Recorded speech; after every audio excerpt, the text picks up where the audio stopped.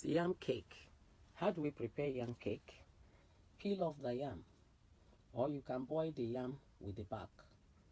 After doing this, boil it, bring it out, smash it, put air ingredients. It's very, very good when you have, at least you have a bell pepper, yellow bell pepper, red bell pepper. Garnish it with onion, garnish it with a fresh pepper, fresh red small pepper. You put everything together, then you use it to fry your egg. Now the egg, now there is one that you keep. Put the yam, mold it, put it in the flour, then put in the yam cake has done.